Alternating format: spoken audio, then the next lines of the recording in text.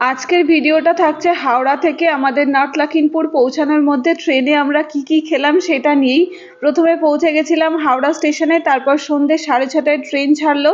Train ছাড়ার সাথে সাথে আমি বসে পড়লাম মোমো নিয়ে, কারণ শিয়ালদা থেকে অলরেডি মোমো কিনে নিয়ে এসেছিলাম। তো মোমোটা সন্ধ্যাবেলা টিফিনে খেলাম। পরের দিন সকালটা শুরু হয়েছিল চা দিয়ে।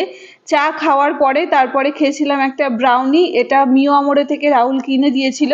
আর তারপর দুপুরের খাবারের জন্য আমরা অর্ডার করেছিলাম চিকেন থালি, আর আমরা এই থালিটা সবসময় নিউ বনগাইগাঁও স্টেশন থেকে অর্ডার করি, আইআরসিটিসির ফুড অন ট্রাক অ্যাপের থেকে।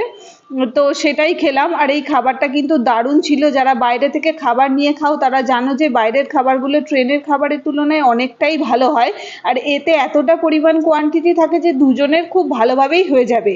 তো আজকের ভিডিওটা কেমন লাগলো অবশ্যই কমেন্টে জানিও। দেখা হচ্ছে পরের ভিডিওতে। ভিডিওটা ভালো লাগলে আমাদের চ্যানেলটাকে সাবস্ক্রাইব করে দিয়ে পাশে থেকো।